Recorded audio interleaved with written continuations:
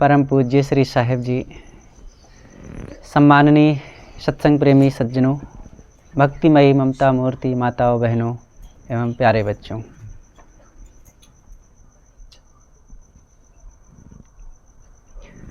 सद्गुरु कहते हैं, जीवन जोबन राज मद अविचल रहे न कोय, जा दिन जाए सत्संग में जीवन का फल सोए। साहब कहते हैं कि जीवन और जोबन, जोबन का मतलब जवानी, और राज मद वर्तमान में जो प्राप्त ऐश्वर्य है वो सब अविचल रहे न कोय। ये एक रस सदैव बने नहीं रहते, आज कुछ है कल कुछ और हो जाता है, तो इनका अभिमान क्या करना। जा दिन जाए सत्संग में जीवन का फल सोए। जितना समय जितना दिन हमारा सत्संग में बीत जाए वही मानो जीवन का असली लाभ है, असली फल है। हमें अपने जीवन पर विचार करना चाहिए, यहाँ क्या है मेरा। चारों तरफ क्षणभंगुरता का पसारा दिख रहा है, जो कुछ है सब बदलने वाला। आज उसका जो रूप दिख रहा है कल दूसरा रूप हो जाता है, निरंतर तो बदलाव हो रहा है। ये जीव कहाँ जाता है इस बात को बहुत जानने की ज़रूरत नहीं है, निरंतर बदलाव, पुनर्जन्म तो हो ही रहा है। घड़ा मिट्टी से बनता है और कुछ दिन में टूट के फिर मिट्टी में मिल जाता है, मिट्टी का पुनर्जन्म हो रहा है। मिट्टी में बीज डाल दिया गया, बीज से पौधा हो गया, पौधा से वृक्ष हो गया, और वृक्ष कुछ दिन फला फूला, और वृक्ष भी कुछ दिन में सूख करके फर्नीचर बन गया या जल के राख बन गया और मिट्टी में मिल गया। उससे जो फल फूल हुए वो भी उपयोग लोग किए और सब डिस्चार्ज हो गए, फिर मिट्टी में मिल गया। ये पुनर्जन्म हो रहा है। पानी भाप बन के उड़ता है और फिर पानी में आकर के मिल जाता है। समुद्र से भाप हजारों टन पानी रोज उड़ता रहता है भाप बन करके, और मानसून बन जाता है, और वही फिर बारिश हो करके नदियों के माध्यम से फिर समुद्र में चला जाता है। हर चीज़, कोई भी चीज़ अलग कहीं नहीं जाती है। सूर्य की किरणें लौट करके फिर सूर्य में चली जाती हैं। मिट्टी की कोई चीज़ हो, चाहे जो कुछ बनी हो, आप उसको ऊपर उछालिए, लौट करके फिर मिट्टी पर आ जाती है। सब अपने स्वरूप में ही होते हैं। जीव का भी अपना स्वरूप है और अपने स्वरूप में ही इसे परम विश्राम मिलेगा। इसलिए संसार की चीज़ों पर बहुत भरोसा न करके, शरीर पर बहुत भरोसा न करके, अपने पुरुषार्थ पर भरोसा करना चाहिए। पुरुषार्थ का मतलब वर्तमान में जीवन को सजग करने के लिए, कर्म सुधारने के लिए पुरुषार्थ करना है और अपने स्वरूप की तरफ लौटना है। क्योंकि भगवान को पाकर के शांति नहीं मिलेगी, भगवान कहीं है भी नहीं जो मिल जाए, और कोई भगवान के बिना दुखी भी नहीं है। जो कहते हैं भगवान के बिना हम बहुत दुखी हैं, वो झूठ कह रहे हैं। वो चीज़ों के लिए, मायावी चीज़ों के लिए, प्राणी पदार्थ और भोगों के लिए दुखी हैं, और वो दुखी बने ही रहेंगे। जो भोगों की लालसा रखेगा, भोगों की कामना करता रहेगा, उसका दुख कभी मिटेगा ही नहीं, क्योंकि भोगों में कभी तृप्ति मिलती नहीं है। चाहे वो धन रुपया पैसा हो, चाहे ज़मीन जायदाद हो, चाहे पद अधिकार हो, चाहे मान बड़ाई हो, और चाहे इंद्रियों के भोग हों, किसी भी भोग से कभी भी तृप्ति नहीं मिलती है। थोड़ी सी अगर तृप्ति मिलती हुई नज़र आती भी है तो वो केवल थकान है, और थोड़े समय में फिर वो डबल एनर्जी, ताकत, इच्छा शक्ति बढ़ा करके फिर वो भोगों में डूबेगा। जैसे एक व्यक्ति तंबाकू खाया, तंबाकू की इच्छा हुई तो मन में हुआ कि तंबाकू खा लेता, तो तंबाकू की इच्छा समाप्त हो जाती, फिर मैं सुखी हो जाता। तो अपनी इस इच्छा को ख़त्म करने के लिए, इच्छा के दुख को ख़त्म करने के लिए उसने तंबाकू खा लिया। और जब खा लिया तो थोड़ी देर मन उसमें एकाग्र हो गया, तो ऐसा लगा कि अब इच्छा का दुख खत्म। लेकिन थोड़े समय में अब वही इच्छा डबल शक्ति से फिर उफान मारेगी। अब और जल्दी बेचैनी लेकर के आएगी वही इच्छा कि फिर से तंबाकू मिले, वही वाला स्वाद फिर से मिले। केवल तंबाकू की बात नहीं, हर भोग की बात है। संसार में कोई भी भोग हो, चाहे दुर्व्यसन वाले भोग हों और चाहे इंद्रियों के शब्द स्पर्श रूप रस गंध के भोग हों, ये समस्त भोग तृष्णा के रूप में हमारे मन में घर बनाते हैं। और वो कालांतर में एक भोग भोगने के बाद वो शांत नहीं होते और वो फिर से डबल इच्छा, डबल वेग से आकर के जीव को परेशान करते हैं। कुल मिलाकर के इन भोगों को त्यागने में ही शांति मिलेगी। कोई भी भोग हो, भोग को भोग करके कोई कभी सुखी नहीं हो सकता, भोग को त्याग करके। इसीलिए सद्गुरु अभिलाष देव जी ने कहा है, त्याग से ही त्याग का बल बढ़ सकेगा, जो करे शुरुआत वह ही चढ़ सकेगा। त्याग से त्याग की शक्ति बढ़ती है। अब भोग से भोग की शक्ति बढ़ेगी, बढ़ेगी क्या, बल्कि इच्छा की शक्ति बढ़ेगी। और जितने भोगों को भोगेंगे इच्छा और बलवान होती जाएगी। कोई भी व्यक्ति, तंबाकू हो, शराब हो और गाली देने वाले, गाली दे देकर लड़ झगड़ करके कोई कभी तृप्त हुआ है? ऐसे काम वासना की बात हो, धन बटोर बटोर करके कोई सोचे कि मैं सुखी हो जाऊं, यह भी एक वासना ही तो है, कामना ही है। अरे गुजारा तो थोड़े में हो जाता है, लेकिन जब लोभ बढ़ता है तो कितना बढ़ जाए, कितना बढ़ जाए, और की इच्छा होती जाती है। तो कहीं इन भोगों की दौड़ में जीव को सुख नहीं मिलता है, त्याग करके ही सुख मिलेगा।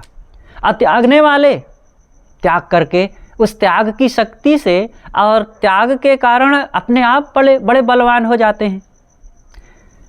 जो बहुत बटोर बटोर करके जितना सुख नहीं पाया, वही त्याग दिया तो त्याग करके सुखी हो जाता है। और रही बात जीवन गुजर की, कोई प्रश्न कर सकता है कि साहब जीवन गुजर फिर कैसे होगा त्याग देंगे तो? कोई त्याग कर देखे तो जीवन गुजर बड़ा सरल हो जाता है, और सरल हो जाता है। त्यागने का मतलब घर छोड़ करके, भोजन छोड़ करके भाग जाना नहीं, या कपड़ा पहनना छोड़ देना नहीं, या अपने ही भाई बंधुओं परिवार को ही छोड़ के भाग जाना कहीं अलग नहीं। जहाँ यहाँ से जाएंगे तो वहाँ कहीं रहेंगे, ये नहीं खाएंगे तो वो खाएंगे। मन से ही त्यागना है। सबसे बड़ा भोग मन है, मन से ही त्याग कर देना है। इसी को सद्गुरु कबीर ने कहा है, कर्म करे और रहे अकर्मी, ऐसी युक्ति बतावे, संतो सो सद्गुरु महि भावे। और एक दूसरे भजन में गाए हैं कि भोग में योग सिखावे। तो भोग में योग, तो कुछ लोग उसका अन्यथा अर्थ लगाते हैं और कहते हैं कि देखो कबीर साहब कहते हैं भोग भोगते रहो, योग हो जाएगा उसी में, भोग में योग सिखावे। यहाँ ये अर्थ नहीं है। भोग का मतलब है यहाँ की जीवन का व्यवहारिक काम करते रहना। भोजन करना एक भोग है। रूप, आखिर कहीं चलेंगे तो आँख खोल के ही चलेंगे, आँख खोल के चलेंगे तो रूप कुछ आएगा ही। सड़क का रूप आएगा, नर नारियों का रूप आएगा, गाड़ी का रूप आएगा, पेड़ पौधों का रूप आएगा। अब हाँ, अब ये भोग है सब। और इन भोगों को शब्द स्पर्श रूप रसगंध जीवन व्यवहार के लिए उपयोग करो और अनासक्ति पूर्वक करो, बस योग हो जाएगा। और इन्हीं भोगों को कोई ज़रूरी नहीं है कि लड्डू खाएंगे तबे उसमें आसक्ति बनेगी। सूखी रोटी खाने में भी अगर सावधान ना रहें तो आसक्ति बन जाए तो वह भोग बन जाएगा, वो भी बंधन बन जाता है। इसीलिए बीजक में सद्गुरु ने कहा है, घुंघची भर के बोइये उपजा पसेरी आठ, डेरा परा काल का सांझ सकारे जात। अब मन भर के बोइये घुंघची भर नहीं होए, कहा हमार माने नहीं अंतहु चले बिगोए।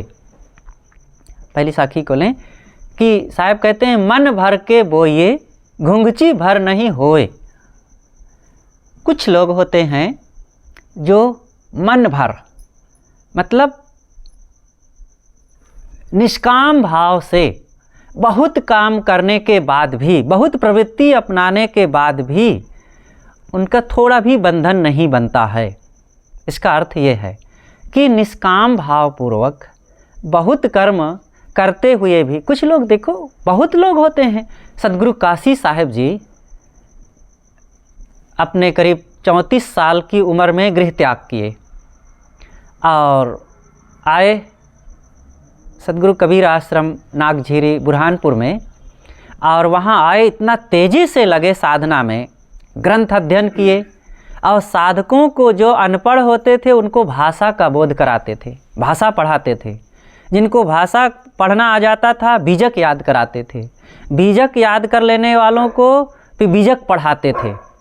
और इतना स्वयं कर्मशील रहते थे, सुबह से उठ करके, पताल कुआं अब है कि नहीं मैं तो गया नहीं, सुनता हूँ कि पताल कुआं के आसपास लोग दातून करके फेंक दिया करते थे, तुरंत साफ जाके बीन करके दूर तक धुलाई कर देते थे और स्वयं झाड़ू लगा देते थे और फिर ग्रंथ लिखते थे, ध्यान करते थे और इतना कुशल थे कि 20 वर्षों तक वहाँ की जिम्मेदारियों को निभाने के बाद सिंध खेड़ा के जो महंत जी थे उनको यहाँ की गद्दी दे दिए। बड़े राजनीतिक कुशल थे कि जब यहाँ की गद्दी उनको दे दिए तो वो और ये एक हो गया। वहाँ ज़मीन प्रॉपर्टी ज़्यादा थी, संत नहीं थे, और यहाँ संत थे, प्रॉपर्टी नहीं थी, जो उनको महंती दे दिए तो सिद्धांत तो यही रहा और दोनों एक हो गया। तो वहाँ की चीज़ यहाँ सब आने लगी, संतों को खाने के गुजर के लिए सारी सुविधा हो गई और आश्रम की रूपरेखा बढ़ गई और अपना छोड़ करके चल दिए बैराग करने। उनके साथ में सदगुरु श्री सुखसागर साहेब जी चलना चाहे, लेकिन कहा नहीं, मैं किसी को नहीं ले जाऊंगा, तुम्हारी जिम्मेदारियों का बोझ मुझे उठाना पड़ेगा और जाओ, मैं अकेले जाऊंगा। उसी समय एक सज्जन थे, उन्होंने फ़ोटो खींच लिया था स्टेशन पर ही, बुरहानपुर रेलवे स्टेशन पर ही उन्होंने फ़ोटो, वही फ़ोटो चल रहा है आज। और फिर आए रीवा में, जो एक रीवा के पास भड़रा आश्रम है, वहीं के पास में हम वहाँ गए हैं। आश्रम वालों ने कहा साहब आइए यहीं रहिए और हम लोग आपको एकांत की सुविधा देंगे, लेकिन कहा नहीं, तुम सब लोग अपने ढंग से रहो और मैं अलग रहूँगा। अपने हाथ से मिट्टी तैयार करके एक कुटिया बनाए और झोपड़ा, भक्त लोग आए थोड़ा छा दिए और वहीं कुछ महीने रह के साधना किए। और फिर कुछ भक्त लोग आए आगरा की तरफ से, साहब चलिए हमारी तरफ, वहाँ दर्शन दीजिए, आपके सेवा का सौभाग्य मिले, तो चले गए आगरा तरफ। एक भक्त के यहाँ थे, किसी से सुने कि जमुना के उस पार एक संत आए हुए, देखो जीवन मुक्त संत थे, लेकिन उन्होंने सुना कि कोई संत आए तो साथ में कोई साधक रहे, कहे चलो उनके दर्शन करने चलना है, और चल पड़े। जमुना की रेत में चल रहे थे और उनके पीठ में थोड़ा दर्द हुआ तो अपने से सहलाने लगे। तो साधक संत ने पूछा कि साहब क्या दर्द हो रहा है, मालिश कर दूं? कहे नहीं, मालिश क्या करोगे, ऐसा करो प्यास लगी, जाओ पानी लाओ। वो जाने लगे, कहा रुको रुको, सुनो मेरा शरीर छूट जाए तो यहीं जमुना में फेंक देना। अब पानी लेने गए और तब तक इधर आए तो शरीर छूट गया उनका, और वो साधक उठाया जाके फेंक दिया जमुना में, काम खत्म। वो आग के पिंड की तरह, उल्का की तरह उठे, हरहरा करके जोर से साधना में लगे, बैराग का काम किए, आश्रम की व्यवस्था देखे, स्वयं स्वरूप स्थिति का काम किए, ध्यान किए और छोड़ के चल दिए अपनी 61-62 साल की उम्र में। देखो बहुत प्रवृत्ति लेने के बाद भी वे जीवन मुक्त रहे।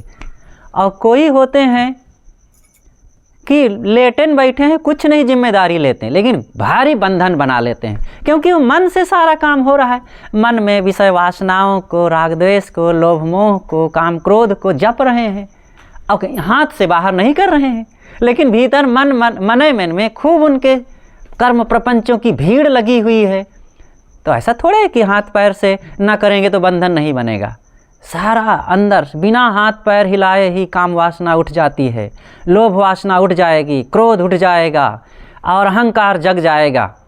इसलिए अपने को अगर सुखी बनाना है तो मन को ठीक करना होगा। मन से ही, मनयो मनुष्याणाम कारणम बंध मोक्षयो, मन ही मनुष्य के बंधन और मोक्ष का कारण है, बाहर नहीं, भीतर। सब कुछ भीतर दुनिया समाई हुई है हमारे। सदगुरु कबीर ने एक जगह कहा है एक ते अनंत भव अनंत एक होई जाए, परिचय भई जब एक ते तब अनंतो एकै माहि समाए। एक ते अनंत भव, एक मन अनंत संसार में समाया हुआ है। अपने बिस्तर में, अपने कमरे में हम बैठे हैं, लेकिन कहीं नागपुर में है तो कहीं इटारसी में, कहीं भोपाल चला गया, फिर इलाहाबाद चला गया, फिर कौशाम्बी चला गया, फिर कलकत्ता, फिर दिल्ली, फिर अमेरिका, फिर जापान, और फिर चंद्रमा पर चला गया, फिर मंगल पर, फिर धरती पर उतर आया। फटाफट एक मन कहाँ कहाँ कहाँ पहुँच गया। और एक ते अनंत अनंत एक हुआ और सारा संसार मन में समाया है। कहने की अलग अलग ढंग है, लेकिन बात एक है कि मन से ही सारा संसार दिखता है। इस संसार को जानने के लिए हमारे पास 6 साधन हैं। आँख, नाक, कान, जीभ, चाम। आँख ना होती तो हम यहाँ लाल, पीला, काला और मनुष्य, पशु, पक्षी, पेड़, पहाड़, नदी, झरने, सूरज, चाँद, धरती, आसमान, इन सब के रंगों को, इन सब के आकार को हम न जान पाते। तो सारे रूप दृश्य को हम आँख से जानते हैं। लेकिन इस संसार में रूप के अलावा भी कुछ है। रस है, रस भी है, और रस को जानने का साधन आँख नहीं है, उसको जानने का साधन जीभ है। और जीभ खट्टा, मीठा, नमकीन, कसैला, चरफरा, तीता, इन सब रसों को जान रही है और यस नो सब जगह टिक लगाती है। ये मुझे पसंद है, ये नहीं पसंद है, ये बहुत स्वादिष्ट है, ये बिल्कुल ख़राब है, ये अच्छा लग रहा है, यही मुझे पसंद है, आदि आदि सब जगह अपना हस्ताक्षर करती रहती है। और इसी में आसक्ति बनाता रहा, इन विषयों के लिए बंधन बनता रहा और जीवन निर्वाह के लिए उपयोग करता रहा केवल अनासक्ति भाव से। तो जीवन निर्वाह की गाड़ी भी चलती रहेगी और कोई बंधन भी नहीं बनेगा। तो जितने रस विषय हैं इनको हम जीभ से जानते हैं, लेकिन ये 2 ही नहीं, तीसरा भी है शब्द। शब्द संसार में अनेक प्रकार के हैं। ये कान एक छोटा सा जरूर दिखता है, लेकिन लाखों शब्दों को पहचानने की क्षमता इसके पास है। फोन पर ही कोई व्यक्ति बोल दिया, अच्छा फलाने बोल रहे हैं, बिना देखे बिना नाम पढ़े कान ने पहचान लिया। यहीं से आवाज़ सुने, कुत्ता बोल रहा है, बकरी बोल रही है, गाय बोल रही है, अमुक गाड़ी बोल की आवाज़ है, हवा की आवाज़ है, पेड़ पौधों की आवाज़ है। ये कितना कान पहचानता है। तो ये भी संसार का अंश है, शब्द। और चौथा है गंध, नाक से उसे जानते हैं। और 5वां है स्पर्श, अनेक प्रकार के स्पर्श। इस त्वचा में बहुत प्रकार की पहचान है। कोई कुदृष्टि से स्पर्श कर रहा है कि कोई कृपा दृष्टि से स्पर्श कर रहा है, दोनों स्पर्श है। ये स्पर्श का और नज़रों को पढ़ने की क्षमता इन माताओं बहनों की ज़्यादा होती है। कौन किस भाव से हमारे पास आया, किस दृष्टि से देख रहा है, किसी का स्पर्श कैसा है, तुरंत पता चल जाता है। और ये 5 के अलावा छठा कोई विषय नहीं, इसलिए छठी इंद्री भी नहीं, लेकिन एक है जो इन 5 को कैप्चर करके रखता है।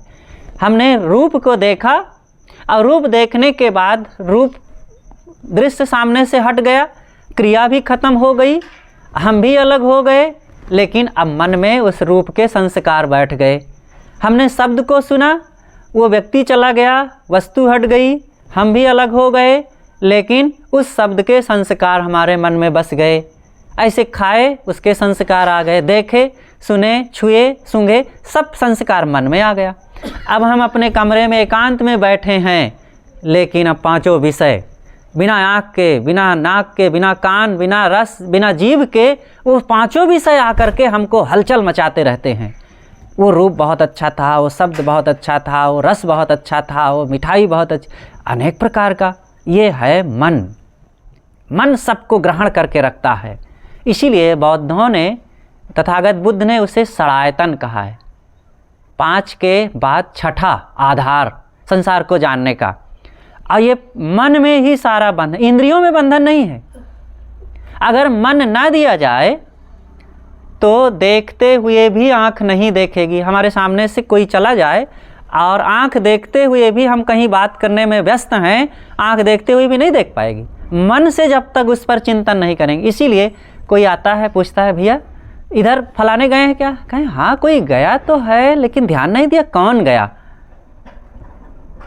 और देखो हम यहाँ बोल रहे हैं, अनेक और भी आवाज़ आ रही है, लेकिन जिस जिस शब्द को तरफ आप अपना लक्ष्य देंगे वो शब्द आपको ग्रहण होगा।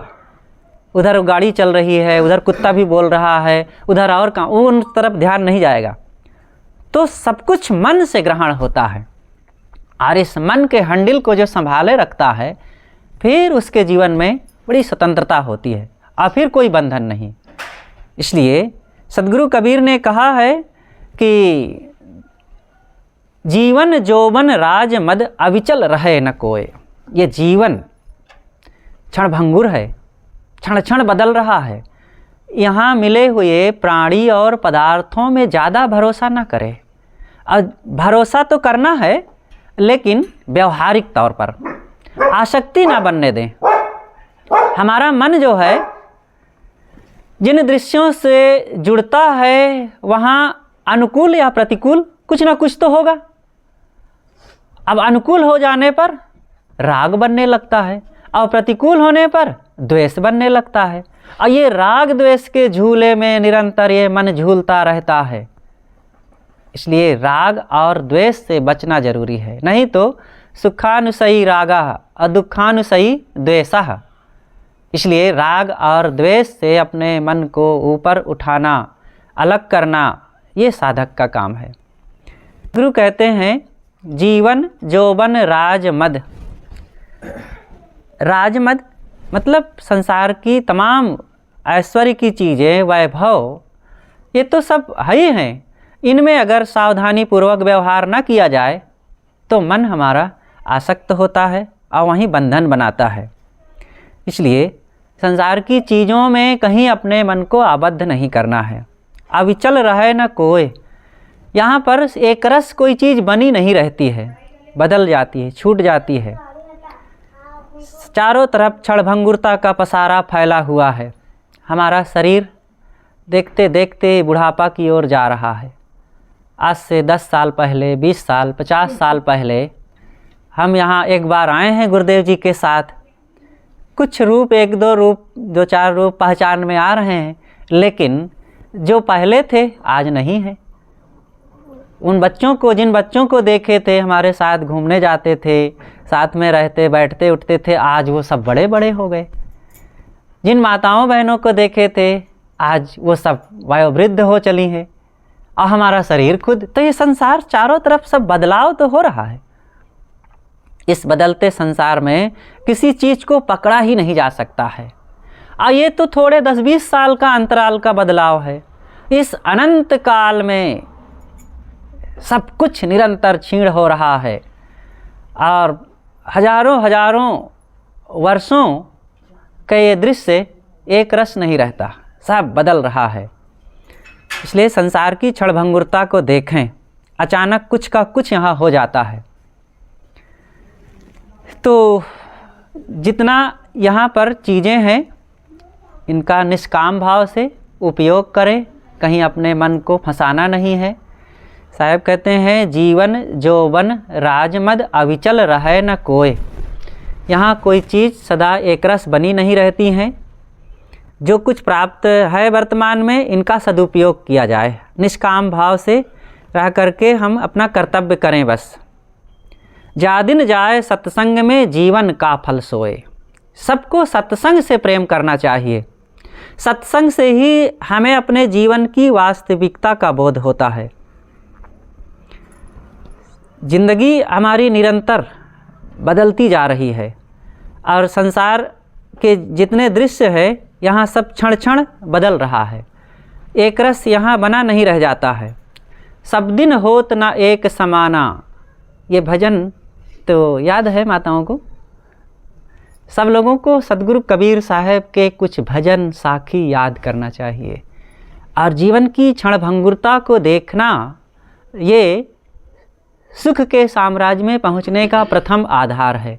जो संसार की क्षणभंगुरता को और जीवन की परिवर्तनशीलता को नहीं देखेगा, वह दुखी होने से बच नहीं सकता, क्योंकि यहाँ बुढ़ापा आएगा, अपने शरीर पर आएगा, अपनों के शरीर पर आएगा, रोग भी आएगा और ये सब घर परिवार बदलेगा और मौत भी आएगी।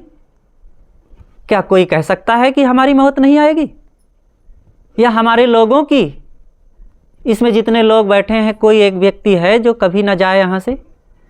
अरे इतना 10-15 लोगों की क्या बात कहें, पूरे गांव में से कोई एक व्यक्ति नहीं होगा, गांव नहीं, आपके इस प्रदेश और देश नहीं, पूरी दुनिया से और किसी दूसरे ग्रह नक्षत्र में भी अगर लोग होंगे, प्राणी होंगे, तो वे भी मरने के लिए विवश हैं, उनका भी परिवर्तन होगा। तो इस सृष्टि संसार का नाम ही है संसृति संसारः, जो निरंतर संसरण करता रहे, एक रूप से दूसरे रूप में जो बदलता रहे, उसे ही संसार कहते हैं। इस परिवर्तनशील बदलने वाले संसार में एक चीज़ है जो कभी नहीं बदलती है, जो एक समान एक रस रहती है, वही हमारी सुख शांति का परम आधार है। अगर सब कुछ बदलती होती तो यहाँ फिर कुछ स्थिर ना होती, और स्थिर ना होती तो फिर सुखी होने का कोई बेस ही ना होता। लेकिन है एक बेस, उसी बेस को प्राप्त करने के लिए साधना की जाती है, और जो उस बेस पर, उस आधार प्लेटफार्म पर जो पहुँच गया, फिर वो इस परिवर्तन की धारा से अलग हो गया। और वो क्या है जो अपरिवर्तनशील है, वो सबके लिए बड़ा सुलभ है, उसका पाना अत्यंत सुलभ है। वह है अपना स्वरूप, अपनी चेतन आत्मा, मेरा निज आत्म तत्व। और जीव, चेतन, आत्मा, रूह, सोल, गॉड, स्वयं, सेल्फ, खुदा, इन शब्दों का केवल फेर है, तत्व तो एक है। यहाँ पर जीव, चेतन, आत्मा में कोई भेद नहीं है। इस हकीकत को समझना चाहिए। सद्गुरु कबीर ने सभी शब्दों का प्रयोग किया है। वो कहते हैं आत्म ज्ञान बिना नर भटके, कोई मथुरा कोई काशी। और फिर जीव के लिए भी शब्द कहते हैं कि अंतर ज्योति शब्द किनारी, हरि ब्रह्माते ताके त्रिपुरारी। उसी में आया है एक जगह जीव शब्द, सब जगह आया है, और आत्मा शब्द आया है। हरि, राम, रघुराई और कृष्ण, गोपाल, सभी शब्दों का सद्गुरु कबीर ने प्रयोग किया है, कहीं कहीं निषेधात्मक में, कहीं कहीं विधेयात्मक में। इसलिए कोई कहे कि मैं पानी नहीं पीता हूँ, जल पीता हूँ, कोई बात नहीं भाई, जल आप पियो। और फिर कोई कहे नहीं नहीं मैं आप पीता हूँ, मैं पानी और जल दोनों नहीं पीता हूँ, तो कोई बात नहीं, आप पीजिए। और चाइना वाले ना पानी पीते, ना आप पीते हैं, और ना जल पीते हैं, वो सुई पीते हैं। आप लोग सुई पिए तो गड़ जाए गले में वही चीज़ को सुई कहते हैं, अंग्रेज लोग वाटर कहते हैं। तो शब्द के अंतर हो जाने से क्या चीज़ में अंतर हो जाएगा? इसलिए हमें शब्दों के झगड़ा नहीं मचाना चाहिए। ठीक है, अपने अपने समय से अपने अपने शब्दों का प्रयोग सब लोगों ने किया है, और आगे भी बदलाव होता रहेगा, लेकिन पदार्थ, मूल तत्व एक ही रहेगा। और मूल तत्व सदा से एक रहा है। पानी जो एक तरल चीज़ होता है, और जिससे स्नान किया जाता है, कपड़े धोए जाते हैं, मकान धोया जाता है, पानी पी करके प्यास बुझाई जाती है, वो सदा से वही रहा है, और सदा इसकी ज़रूरत रही, सदा ज़रूरत रहेगी। उसका भले नाम बदलता रहे, अभी जल, पानी, नीर, आप, तोय, वाटर आदि ना कह करके और कोई नाम देने लग जाए, और बाद में फिर बदल जाए, लेकिन पानी नहीं बदलेगा, पदार्थ वही रहेगा। ऐसे आग सदा रहेगी, मिट्टी वही रहेगी, सब वही रहेगा। तो ये सब शब्दों से क्या, कुत्ते से कोई मतलब नहीं है, इन भाषा से, इन बैल, गाय, घोड़े, गधे, जानवर कोई भी हों, इनको इन भाषा से क्या मतलब है? वो तत्व को पा गए, उपयोग कर लिए, मस्त हो गए। अब आग कोई कह दे कि वो आग है, जाओ वहाँ, तो वो आग क्या जाने? हाँ, उसको जहाँ से गर्मी मिलेगी, ठंडी मिटाने के लिए आग के पास जाके बैठ जाएगा, और जहाँ हवा लगेगी वहाँ रहेगा। वो शब्द नहीं जानते हैं। देखो, वे लोग जितने अन्य प्राणी हैं, उनके पास शब्दों का झगड़ा नहीं है। साहब ने कहा है एक जगह, पंडित देखो हृदय विचारी, को पुरुषा को नारी, साहस समाना घट घट बोले, वाक्य चरित्र अनूपा, वाको नाम काह कह लीजे, ना वाके वर्ण न रूपा। तय मैं क्या करसी नर बौरे, क्या मेरा क्या तेरा। राम खुदाय शक्ति शिव एकै, कहूँ दो काहि निहोरा। इस प्रकार से अनेक जगह वो कहते हैं। यहाँ देखो, राम खुदाय शक्ति शिव एकै। वो राम भी कहते हैं, खुदा भी कहते हैं, शक्ति भी कहते हैं, शिव भी कहते हैं सब एक है। कह दो काहे नहीं हो रहा, तुम क्या किसको किस शब्द से प्रार्थना करोगे। अरे काम करो, बस काम है। असली काम यह है कि वासना का त्याग। जिस मन की भड़ास से सब पीड़ित हैं उसको नहीं निकाल रहे हैं शब्दों का झगड़ा मचाने से, क्या होगा। मन को ठीक करें। मन से काम, क्रोध, लोभ, मोह, अहंकार, आसक्ति, तृष्णा, ईर्ष्या, द्वेष को निकाला जाए। ये हमारे दुख का कारण है।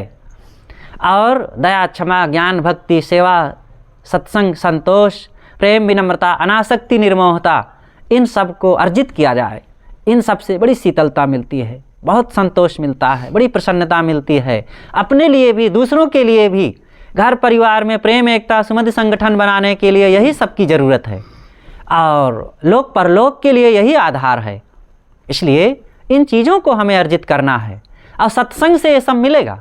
चाहे जितने बड़े विश्वविद्यालय में चले जाएं, चाहे जितने बड़े शिक्षण संस्थान, इंस्टीट्यूट में चले जाएं, कहीं भी आत्मज्ञान की, आत्म शांति की शिक्षा देने वाले कोई नहीं मिलते हैं। सब केवल भौतिक विद्या, पेट भराऊ विद्या और देह पालन की विद्या देंगे। और देहों रक्षा की विद्या कहाँ मिलती है ढंग से। विवाद, कलह, तनाव, उत्तेजनाओं को बढ़ाने की शक्ति वो लोग दे रहे हैं। इसलिए हर इंसान को जीवन निर्वाह के साथ साथ जीवन सुधार का भी काम करना चाहिए। निर्वाह तो हो ही जाता है और सब कर ही रहे हैं बिना बहुत प्रशिक्षण के भी। लेकिन अगर जीवन सुधार का काम किया जाए, जिससे कि मन की शांति मिले, आत्मबोध मिले, लोक परलोक का काम हो और कर्म फल भोग, जीवन मुक्ति, कर्म सुधार और बंधन कैसे बनते हैं, कैसे मिटते हैं, इन बातों को समझना ये सत्संग से ही संभव है। इसलिए साहब कहते हैं, जा दिन जाए सत्संग में, जीवन का फल सोए। हम सब लोग बड़े प्रेम और उत्साह से सत्संग में जाएं, जिससे कि मानव जीवन का असली लाभ मिल सके। नहीं तो खाना और पीना तो पशुओं का भी काम है। एक भजन में आया है कि ये तो सभी कर लेते हैं और हम भी वही कर रहे हैं। एक राजा हो और अपने बहुत बड़े राज विस्तार को करके, राजभवन में रह करके और स्वर्ण जड़ित पलंग बिस्तर पर सो करके और सोने की थाली में खा करके, और वही इंद्रिय भोगों में लगा हो। और एक झोपड़ी में रहने वाला गरीब व्यक्ति भी वही इंद्रिय भोगों में लगा हो। दोनों तो बराबर हो गए। दोनों कोई नया काम तो नहीं किए। नया काम यही है कि मन को संसार से लौटाकर आत्मा में केंद्रित किया जाए। क्योंकि मेरा जो स्वरूप है वो संसार से विलक्षण है। संसार अज्ञान, दुख, क्लेश, प्रपंच से भरा हुआ है और मेरा स्वरूप शांति, स्थिर, आनंद स्वरूप, सुख स्वरूप। इसलिए हमें वहीं लौटना है जहाँ परम विश्राम मिले। तो मैंने सदगुरु कबीर साहब की एक साखी का कुछ आधार बनाया कि जीवन जोबन राज मद अविचल रहे न कोय, जा दिन जाए सत्संग में, जीवन का फल सोए। सत्संग में जा कर के आत्म स्थिति की साधना करनी चाहिए। और फिर ये बाहर का व्यवहार सुधारते हुए सबको ध्यान भी करना चाहिए। रोज बैठते ही मन ठहर नहीं जाएगा, करते करते होगा। व्यवहारिक काम बड़ी मेहनत से देखो, काफ़ी लंबी साधना के बाद उस पर हम सफलता प्राप्त करते हैं। फिर ये जन्मों जन्मों का जो भटका बहिर्वासु मन है, इसको हम तुरंत बैठते ही कैसे एकाग्र कर लेंगे। इसलिए ध्यान में भी बैठें और ध्यान का लाभ प्राप्त करने के लिए अंतर्मुखता को अपनावें और कुछ ग्रंथों को पढ़ें, साधना के ग्रंथों को। व्यवहार में जागृत रहें, कहीं विवाद कलह में ना फंसें, लोभ लालच में ना डूबें, अहंकार आसक्ति से बचें, वासनाओं से बच करके रहें, देह की क्षणभंगुरता को देखें, मौत को देखिए। और जब इतनी सजगता पूर्वक ध्यान में बैठेंगे तब अपने आप मन फिर शांत होना शुरू हो जाएगा। और फिर मन में संकल्प जो उठें तो उनको शांत करिए, ज़्यादा देखिए उधर उसमें बहिए मत, तटस्थ होकर के रहिए। तटस्थ का मतलब नदी के किनारे रहकर केवल नदी की धारा को देखते रहना, यही है तटस्थ होना। उसमें बहेंगे तो ना आप बच पाएंगे और ना धारा को देख पाएंगे। ऐसे मन में बहिए नहीं, मन को देखिए और क्या उठ रहा है, अपने आप मन संकुचित होकर शांत होने लग जाएगा। तो इस प्रकार से सत्संग और साधना का लाभ प्राप्त करके जीवन का वो असली लाभ जीवन में ही कमाना है, और वो आज संभव है, और हर समझदार साधक के लिए ये अपनी जिम्मेदारी होती है। बोलिए सद्गुरुदेव की जय। परम पूज्य साहिब जी से निवेदन है कि अपने गंभीर विचारों से हम सबको लाभान्वित करने की कृपा करें। साहिब।